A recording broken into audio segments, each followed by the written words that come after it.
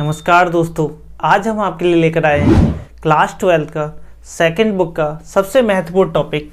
Chapter का नाम है अल्कोहल, फिनॉल और ether. Alcohol, phenol, ether chapter के जितने भी महत्वपूर्ण क्वेश्चन हैं, टॉप 25 क्वेश्चन जो 100% इम्पोर्टेंट हैं आपके एग्जाम के लिए, याद रखेंगे। ये एक ऐसे क्वेश्चन की सीरीज हम आपके लिए लेकर चल रहे हैं जो आपके बोर्ड परीक्षा में बार बार क्वेश्चन पूछे गए हैं और आगे भी यही क्वेश्चन 100% आने की संभावना है। तो आप इनको सभी को ध्यान से पढ़ेंगे। चलते हैं सबसे पहले क्वेश्चन पे। क्वेश्चन क्या है? क्वेश्चन है ल्यूकास अभिकर्मक है। आप सभी ने अल्कोहल चैप्टर पढ़ लिया है, तो हम ध्यान देंगे कि अल्कोहल में ल्यूकास अभिकर्मक किसे कहते हैं। तो ल्यूकास अभिकर्मक होता क्या है? सांद्र HCl तथा निर्जल ZnCl2, पीडी और BSO4 या तनु HCl या के साथ साथ निर्जल ZnCl2 या इन तीनों ऑप्शनों में से कुछ भी नहीं होता। तो अगर हम बात करें ऑप्शन की, तो ऑप्शन नंबर इसका पहला सही होता है ए, सांद्र HCl और निर्जल ZnCl2 का मिश्रण कहलाता है ल्यूकास अभिकर्मक। क्लियर है? उम्मीद कर रहे हैं इंपॉर्टेंट है, याद रखना। बहुत हर क्वेश्चन इंपॉर्टेंट है, आप हर एक क्वेश्चन की अच्छे से तैयारी करते रहें ना। आगे चलते हैं अगले क्वेश्चन पे। ये कह रहा है ल्यूकास अभिकर्मक के प्रयोग से पहचाना जाता है। ल्यूकास अभिकर्मक के प्रयोग से क्या पहचान की जाती है? सबसे पहले फिर से हम कहेंगे ल्यूकास अभिकर्मक है, याद कर लेना, कहीं नोट कर लेना। दूसरी बात, ल्यूकास अभिकर्मक के प्रयोग से क्या पहचानते हैं? नाइट्रो एल्केन को, अल्कोहल को, एल्कीन को या एल्किल एमीन को। तो ल्यूकास अभिकर्मक जो है वो अल्कोहल में अंतर बताता है। किसमें बताता है? अल्कोहल की पहचान बताता है या इसमें अंतर कराता है। ठीक है, किसकी? अल्कोहल की। आगे चलते हैं। ल्यूकास अभिकर्मक का प्रयोग मोनोहाइड्रिक अल्कोहल विभेद में प्रयोग किया जाता है। मोनोहाइड्रिक अल्कोहल विभेद में प्रयोग किया जाता है। किस मोनोहाइड्रिक में? प्राथमिक में, द्वितीयक में, तृतीयक में, या 1 डिग्री, 2 डिग्री, 3 डिग्री, या इनमें से सभी। तो ऑप्शन नंबर डी हो जाएगा सभी। क्या? मोनोहाइड्रिक मतलब जिनमें एक OH समूह हो, उन सभी अल्कोहल की 1 डिग्री, 2 डिग्री, 3 डिग्री अल्कोहल में अंतर स्पष्ट करता है। कौन करता है? ल्यूकास अभिकर्मक। क्लियर है? चलते हैं आगे। तो ऑप्शन नंबर डी इसका सही आंसर हो जाएगा। आगे क्वेश्चन है, क्वेश्चन काफ़ी इंपॉर्टेंट है, आप सभी एक बार कमेंट करके बताएं। क्वेश्चन नंबर 4 है। क्वेश्चन नंबर 4 लिखेंगे और कमेंट करके बताएंगे कि इसका आंसर क्या होने वाला है। तो समझेंगे। परिशोधित स्पिरिट क्या है? परिशोधित स्पिरिट में अल्कोहल होता है। कितना होता है? 100%, 95.5%, 75% या 5.6%। कमेंट करिए सभी। परिशोधित स्पिरिट की बात करें तो इसमें 95.5% अल्कोहल होता है। कितना होता है? 95.5% अल्कोहल होता है। आगे चलते हैं अगले क्वेश्चन पे। ये कह रहा है ग्लूकोज को एथिल अल्कोहल में परिवर्तित करने के लिए प्रयुक्त एंजाइम है। हमारे पास ग्लूकोज है। क्या है?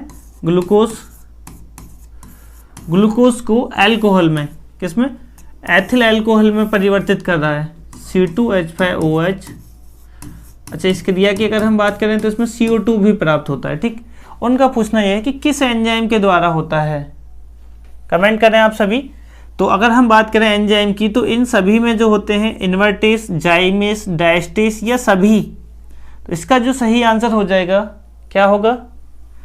जाइमेस। क्या हो जाएगा? Option number B, zymase. क्या? जाइमेस एंजाइम की उपस्थिति में ग्लूकोज जो है वो एथिल अल्कोहल में परिवर्तित हो जाता है। क्लियर है? आगे चलते हैं अगले क्वेश्चन पे। क्वेश्चन कह रहा है फिनॉल से बेकेलाइट प्राप्त करने के लिए इसकी क्रिया कराई जाती है। फिनॉल से हमें चाहिए बेकेलाइट। फिनॉल से हमें क्या चाहिए? बेकेलाइट।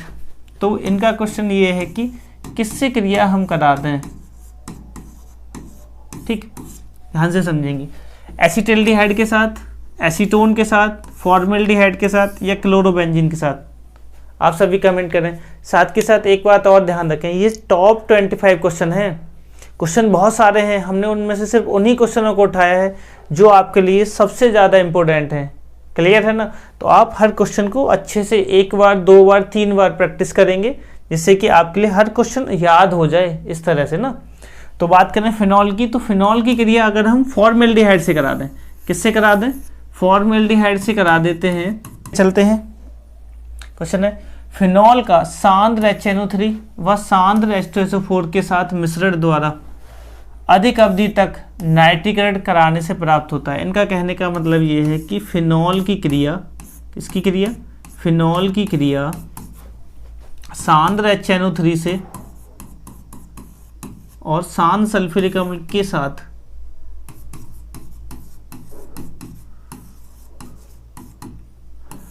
सांद्र HNO3 से सांद्र सल्फ्यूरिक अम्ल के साथ अधिक अवधि तक इस नाइट्रीकरण को हम कराएं तो क्या प्राप्त होता है। अगर हम बात करें इस क्रिया की,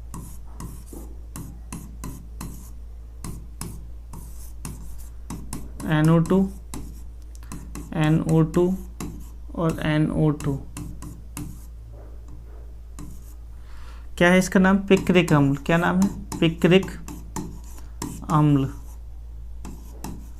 ऑप्शन देखेंगे क्या प्राप्त होने वाला है, तो ऑप्शन नंबर सी हो जाएगा, पिक्रिक अम्ल। क्या प्राप्त हो जाएगा, पिक्रिक अम्ल। आगे चलते हैं, ये कह रहा है निम्नलिखित में पिक्रिक अम्ल है, निम्नलिखित में पिक्रिक अम्ल है। पिक्रिक अम्ल क्या है, अगर हम ध्यान से समझें तो पिक्रिक अम्ल ये होता है, नाम क्या है इसका, तो नाम की अगर हम बात करें तो नाम हो जाएगा 2,4,6 ट्राई नाइट्रोफिनॉल। क्या हो जाएगा, पिक्रिक अम्ल का फॉर्मूला याद कर लेंगे, क्या है, ये है फिनॉल और 2,4,6 ट्राई नाइट्रोफिनॉल। क्या हो जाएगा, 2,4,6 ट्राई नाइट्रोफिनॉल। नंबरिंग करेंगे 1 2 3 4 5 6, तो 2,4,6 ट्राई नाइट्रोफिनॉल हो जाएगा ना। तो ऑप्शन नंबर हमारा क्या हो जाएगा, सी इसका सही आंसर। बहुत इंपॉर्टेंट है, पिक्रिक अम्ल पूछा जाता है, आप सभी लोग इसको तैयार कर लेंगे। आगे चलते हैं, सांद्र H2SO4 की उपस्थिति में, किसकी, सांद्र H2SO4 की उपस्थिति में फिनॉल को थैलिक एनहाइड्राइड के साथ गर्म करने पर बनता है। अगर हम फिनॉल को सांद्र सल्फ्यूरिक अम्ल की उपस्थिति में थैलिक एनहाइड्राइड के साथ गर्म कर दें तो क्या प्राप्त होगा, ध्यान से समझेंगे, इस क्रिया को समझेंगे, इंपॉर्टेंट है। फिनॉल को ले लेते हैं, क्या ले लें, फिनॉल को ले लेते हैं 2 अणु। कितने अणु ले लेंगे, फिनॉल के 2 अणु, 2 अणुओं की क्रिया हम किससे करा देंगे, थैलिक एनहाइड्राइड से। किससे, थैलिक, अच्छा यहाँ भी हम H को शो कर देते हैं, ठीक है, समझेंगे क्यों, किससे करा रहे हैं भाई, phthalic anhydride, C double bond O, C double bond O। अच्छा ये होता है थैलिक एनहाइड्राइड का फॉर्मूला। इसमें से निकल जाता है जल, क्या निकल जाता है, जल। जब जल निकल जाता है तो बचता क्या है, यही इनका क्वेश्चन है कि बचता क्या है, उत्पाद प्रोडक्ट क्या प्राप्त होता है। आप सभी कमेंट करके बताते रहें, इम्पोर्टेंट रिएक्शन है। कैसी रिएक्शन है, इम्पोर्टेंट है। यहाँ से जब जल निकल गया तो ये रिएक्शन यहाँ जुड़ जाएगी और क्या प्राप्त हो जाएगा, सी।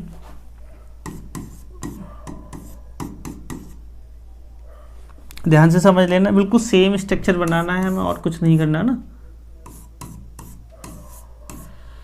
इस तरह से क्या मिलता है, इसका नाम क्या है, तो नाम की बात करें तो नाम है फिनोफ्थलीन। क्या प्राप्त होता है, फिनोफ्थलीन प्राप्त होता है। इंपॉर्टेंट रिएक्शन है, इसको एक बार पढ़ लेंगे। किसकी उपस्थिति में है, तो H2SO4 की उपस्थिति में ये क्रिया होती है। ठीक है, बात करें आगे, जल गैस से मैथिल अल्कोहल के निर्माण में प्रयुक्त होने वाला उत्प्रेरक है। जल गैस क्या होती है, CO+H2। क्या होती है ये जल गैस, इसकी क्रिया हम हाइड्रोजन से कराते हैं और उत्प्रेरक पूछना चाह रहे हैं क्या होता है जिससे हमें मैथिल अल्कोहल प्राप्त हो जाता है। क्या प्राप्त हो जाता है, मैथिल अल्कोहल प्राप्त हो जाता है। आप सभी एक बार कमेंट करेंगे कि क्या होने वाला है उत्प्रेरक। तो उत्प्रेरक जो होता है वो होता है CuO + ZnO + Cr2O3। क्या होता है, CuO ZnO + Cr2O3। उत्प्रेरक की उपस्थिति में जल गैस हाइड्रोजन से क्रिया करती है और मैथिल अल्कोहल बना देती है। क्लियर है, क्या प्राप्त होता है, मैथिल अल्कोहल का निर्माण हो जाता है। बात करें आगे, ग्लिसरीन में होता है। ग्लिसरीन में क्या होता है, अगर हम ढंग से समझें, ग्लिसरीन का फॉर्मूला CH2OH CHOH CH2OH। क्या है भाई, अगर ध्यान से समझें तो 2 डिग्री कार्बन, ये 1 डिग्री और ये 1 डिग्री। तो एक बात पता चलती है कि एक तो द्वितीयक है, एक द्वितीयक व 2 प्राथमिक OH समूह क्या है। अगर हम ग्लिसरीन की बात करें तो 2 तो प्राथमिक हैं, 2 प्राथमिक और एक 2 डिग्री वाला OH समूह है। तो ऑप्शन नंबर 20 का क्या हो जाएगा, सही आंसर हो जाएगा। आप सभी लोग ध्यान से समझ लेंगे, OH 1 डिग्री पर है, OH 1 डिग्री पर 2 हो गए, तो 2 प्राथमिक OH समूह और एक जो OH है वो 2 डिग्री पर जुड़ा है, तो एक हो जाएगा द्वितीयक। तो ऑप्शन नंबर 20 का सही आंसर। आगे है कार्बोलिक अम्ल है। कार्बोलिक अम्ल क्या होता है, phenyl benzoate, phenol, phenyl acetate या सैलोल। अगर हम बात करें कार्बोलिक अम्ल की तो फिनॉल का 5% जलीय विलयन, कैसा 5%, फिनॉल का 5% जलीय विलयन कमरे के ताप पर, किस पर, कमरे के ताप पर, कमरे के ताप पर क्या कहलाता है, कार्बोलिक अम्ल कहलाता है। क्लियर है, फिनॉल का 5% जलीय विलयन कमरे के ताप पर क्या कहलाता है, कार्बोलिक अम्ल कहलाता है। इंपॉर्टेंट क्वेश्चन है, काफ़ी इंपॉर्टेंट क्वेश्चन है। आगे चलते हैं, ग्लिसरॉल है। ग्लिसरॉल जस्ट अभी हमने बताया क्या है, CH2OH, CHOH और CH2OH क्या है, प्राथमिक एल्कोहल है, द्वितीयक एल्कोहल है, प्राथमिक द्वितीयक है या मोनोहाइड्रिक एल्कोहल है या ट्राईहाइड्रिक एल्कोहल है। तो ऑप्शन नंबर कौन सा सही हो जाएगा भाई, ट्राईहाइड्रिक एल्कोहल है। कौन सा है, ट्राईहाइड्रिक एल्कोहल। तो ऑप्शन नंबर डी इसका क्या हो जाएगा, एकदम सही आंसर हो जाएगा कि ग्लिसरॉल जो है वो ट्राईहाइड्रिक एल्कोहल कहलाता है। बात करें आगे कि डाईएथिल ईथर, डाईएथिल ईथर की संरचना की पुष्टि किस अभिक्रिया से होती है, या अगर हम कह सकते हैं डाईएथिल ईथर को बनाते किस विधि से हैं। तो ध्यान से समझेंगे, इंपॉर्टेंट है। C2H5Br, C2H5Br इसकी क्रिया C2H5ONA से करा देते हैं। किससे करा देते हैं, ONA से। प्रोडक्ट क्या मिलेगा, ethyl diethyl ether C2H5O, C2H5 plus NaBr plus NaBr। ठीक, अच्छा डाईएथिल ईथर मिल गया। इस अभिक्रिया का नाम, तो नाम है विलियमसन संश्लेषण अभिक्रिया। क्या कहलाएगी, विलियमसन संश्लेषण अभिक्रिया। इंपॉर्टेंट है, हर रिएक्शन इंपॉर्टेंट है, हम बार बार बोल रहे हैं। आप एक बार, 2 बार, 3 बार, 4 बार, जितनी बार पढ़ सकें उसको पढ़ें और याद रखें हर एक क्वेश्चन को ना। अच्छा, कास्ट स्प्रिट है। कास्ट स्प्रिट को कहते हैं, क्या कहते हैं बताओ, मेथेनॉल, एथेनॉल, एसीटोन, बेंजीन, क्या कहेंगे। तो बात की जाती है कास्ट। कास्ट मतलब लकड़ी, लकड़ी से क्या बनता है, तो लकड़ी से बनता है मेथेनॉल, क्या, Maithil alcohol. Option number A सही हो जाएगा। लकड़ी का भंजक आसवन कराते हैं जिससे हमें मेथेनॉल प्राप्त होती है। उसकी भी बहुत सारी प्रोसेस हैं, आप सभी उनको पढ़ चुके हैं, तो उनको एक बार रिवाइज कर लेंगे ना। आगे चलते हैं, किण्वन है। क्या है, किण्वन। किण्वन जो है, किण्वन की क्रिया से हम अल्कोहल प्राप्त करते हैं। इस क्रिया के मैं ये पूछना चाह रहे हैं कौन सी अभिक्रिया है, ऊष्मशोषी, उत्क्रमणीय, ऊष्मक्षेपी या कोई नहीं।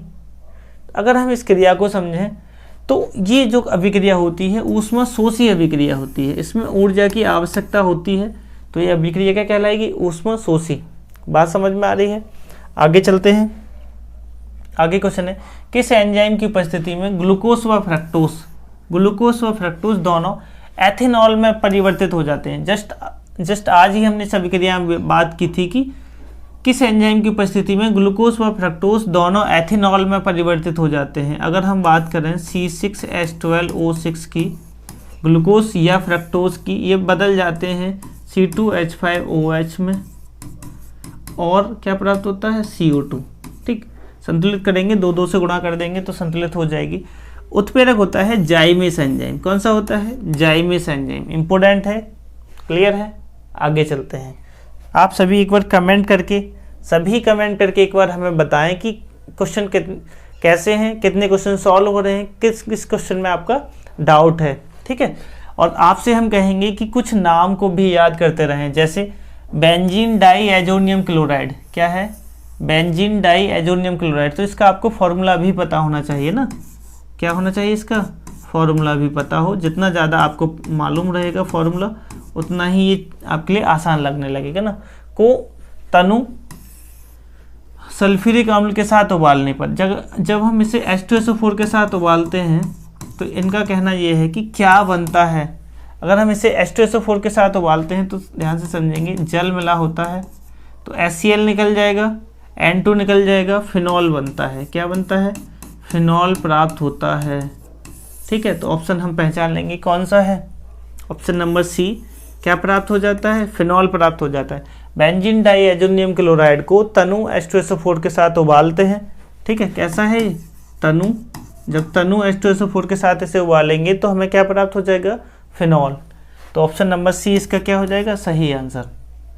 ठीक है, आगे चलते हैं। एथिल अल्कोहल K2Cr2O7 के साथ ऑक्सीकरण पर देता है। इम्पोर्टेंट, सबसे ज़्यादा इम्पोर्टेंट ये क्वेश्चन है। आप सभी का काम है एक बार कमेंट करके बताएंगे। ये क्वेश्चन अक्सर बच्चों पर गलत होता है, ध्यान से समझेंगे। ये गलत होता है, सबसे बड़ी प्रॉब्लम यही है कि यहाँ हम ध्यान नहीं दे पाते हैं। तो आप सभी यहाँ ध्यान देंगे और एक बार बताएंगे कि आंसर आपके अकॉर्डिंग क्या है। वीडियो को पुश कर लें और एक बार इसका आंसर देखें, आंसर टिक करें, दिमाग से टिक करें, और जो टिक हो जाए फिर इसको एक बार फिर वीडियो को आगे देखें, फिर आपको पता चल जाएगा कि हम पे क्या गलतियाँ हो रही हैं। वही गलतियाँ सुधारनी है, ज़्यादा मेहनत नहीं करनी। ठीक है, क्या है कि एथिल अल्कोहल K2Cr2O7 के साथ ऑक्सीकरण पर देता है। क्या देता है? अगर हम बात करें एथिल अल्कोहल की, C2H5OH का अगर ऑक्सीकरण करते हैं, क्या करते हैं? ऑक्सीकरण K2Cr2O7 और H2SO4 की उपस्थिति में। ठीक, तो सबसे पहले हमें प्राप्त होता है एल्डिहाइड। क्या प्राप्त होता है? एल्डिहाइड। और इसका पुनः ऑक्सीकरण कर देते हैं। पुनः ऑक्सीकरण करने पर हमें प्राप्त होता है अल्कोहल। पुनः ऑक्सीकरण कर देते हैं, पुनः ऑक्सीकरण कर देते हैं तो हमें प्राप्त होता है क्या? एसिटिक अम्ल। क्या प्राप्त होता है? एसिटिक अम्ल। तो ऑप्शन नंबर ए सही हो जाएगा, ऑप्शन नंबर ए सही हो जाएगा। आप सभी एक बार कमेंट करके बताएं कितने बच्चों ने ऑप्शन नंबर सी सही किया है। तो ध्यान से समझेंगे, इसका जो ऑप्शन होगा वो ए सही होगा।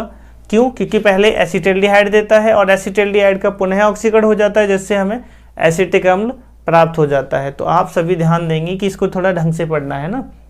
चलो आगे चलते हैं। क्वेश्चन है, जब एथिल अल्कोहल को अमोनिया के साथ मिलाया जाता है। एथिल अल्कोहल को आप सभी साथ के साथ रिएक्शन करते भी रहें। अमोनिया के साथ मिलाया जाता है तथा गर्म एल्यूमिना पर प्रवाहित किया जाता है, तो कौन सा यौगिक बनता है? भाई जब गर्म एल्यूमिना पर प्रवाहित कर देंगे, गर्म करेंगे तो जल निकल जाएगा और बन जाएगा C2H5NH2। क्या बन जाएगा? C2H5NH2 plus H2। क्लियर है? C2H5NH2 को ढूंढ लो। ऑप्शन नंबर पहला इसका क्या हो जाएगा? सही आंसर हो जाएगा कि जब एथिल अल्कोहल को किसके साथ? अमोनिया के साथ मिलाया जाएगा और उसे एल्यूमिना के साथ गर्म किया जाता है तो हमें एथिलैमीन प्राप्त होता है। बात क्लियर है? आगे क्वेश्चन है, मेथेनॉल और एथेनॉल जल में मिश्रणीय हैं, क्यों? इसका कारण बताना है। सह संयोजक प्रकृति के कारण, हाइड्रोजन बंध के कारण, ऑक्सीजन बंध के कारण, या इनमें से कोई नहीं। तो हम जानते हैं अल्कोहल में मैथिल अल्कोहल हो या एथिल अल्कोहल, दोनों ही हाइड्रोजन बॉन्ड के कारण, किसके कारण? हाइड्रोजन बॉन्ड के कारण जल में विलय होते हैं या मिश्रणीय हैं। क्लियर है? चलो आगे चलते हैं। अगला क्वेश्चन है फिनॉल, मैथिल फिनॉल। एक बार इसको देखेंगे, पैराफिनॉल, पैरा मैथिल फिनॉल।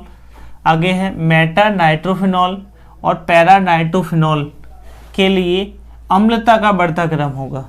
अच्छा ध्यान से समझेंगे, अगर हम अम्लता के बढ़ते क्रम की बात करें तो सबसे ज़्यादा जो अम्लीय होगा वो होगा, कौन होगा? ध्यान से समझेंगे। एक दिया है कि फिनॉल है, पहला फिनॉल है, दूसरा है पैरा मैथिल फिनॉल। क्या है? Para Maithil phenol. ठीक है, आगे कहा है कि मेटा नाइट्रोफिनॉल। ठीक, आप सभी थोड़ा सा और अच्छे से चित्रों को बनाएं ना। आगे कहा है कि पैरा नाइट्रोफिनॉल, तो सभी को समझ लें क्रम क्या होगा। अच्छा, अगर हमसे पूछा जाता है कि सर्वाधिक ये बढ़ता क्रम पूछ रहा है, तो सर्वाधिक तो होता है पैरा नाइट्रोफिनॉल। कौन होता है? Para nitrophenol. तो पैरा मेथिलफिनॉल, पैरा नाइट्रोफिनॉल ये सही हो सकता है, पैरा नाइट्रोफिनॉल ये सही हो सकता है, मेटा नाइट्रोफिनॉल ये दो तो नहीं होंगे।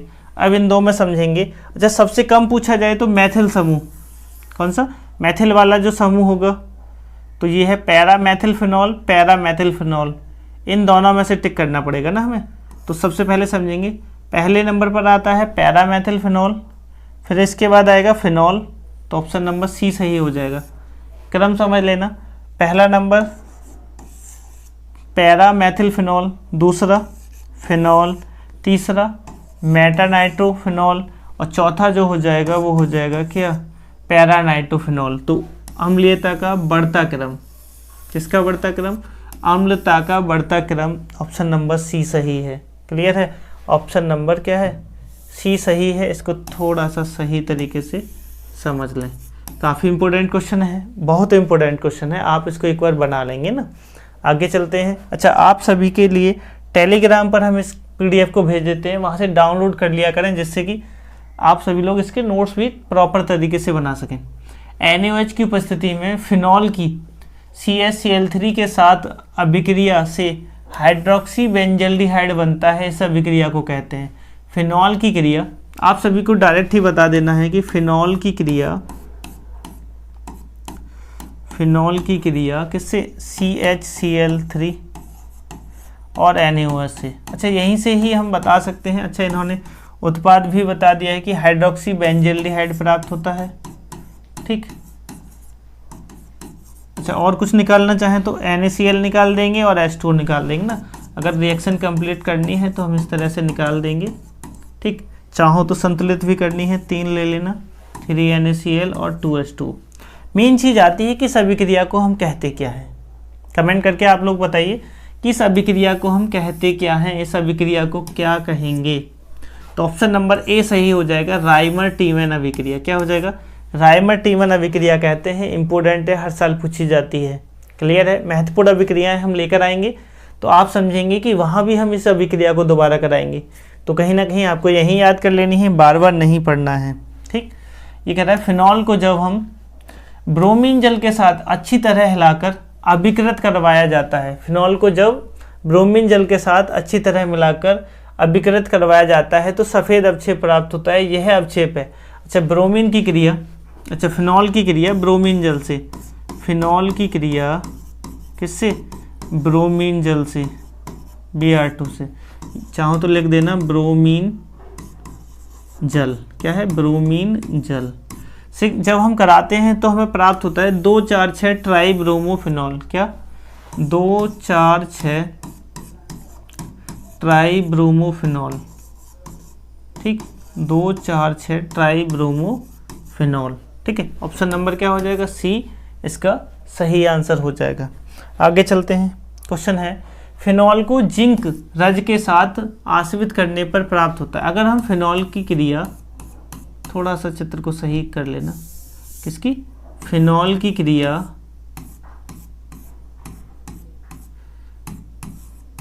जिंक चूर्ण से करा दें। किससे? जिंक चूर्ण से। अगर हम जिंक चूर्ण से कराते हैं तो बनता है ZNO। क्या बनता है? ZNO। तो बचा क्या? फिनॉल। तो फिनॉल बच जाएगा। ऑप्शन नंबर कौन सा सही हो जाएगा? आप कमेंट करके बताएं। तो ऑप्शन नंबर हो जाएगा ए सही। क्या हो जाएगा? ऑप्शन नंबर ए हमारा सही आंसर हो जाएगा। आप सभी साथ के साथ कमेंट करते रहा करें कि आपके कितने क्वेश्चन सही हो रहे हैं, ये भी बहुत ज़रूरी है ना। आगे चलते हैं। अच्छा, उम्मीद कर रहे हैं कि ये सभी क्वेश्चन आप समझ रहे होंगे। बहुत इंपॉर्टेंट क्वेश्चन है। इसकी PDF हम आपके लिए टेलीग्राम चैनल पर देते रहते हैं, तो आप उसे ज्वाइन कर लें। साथ के साथ आप सभी इस वीडियो को अपने दोस्तों के पास शेयर करें, अधिक से अधिक शेयर करें आप, जिससे कि हम आपके लिए नई वीडियो तेज़ी से लेकर आते रहें। मिलते हैं आपसे नेक्स्ट वीडियो में, तब तक के लिए जय हिंद।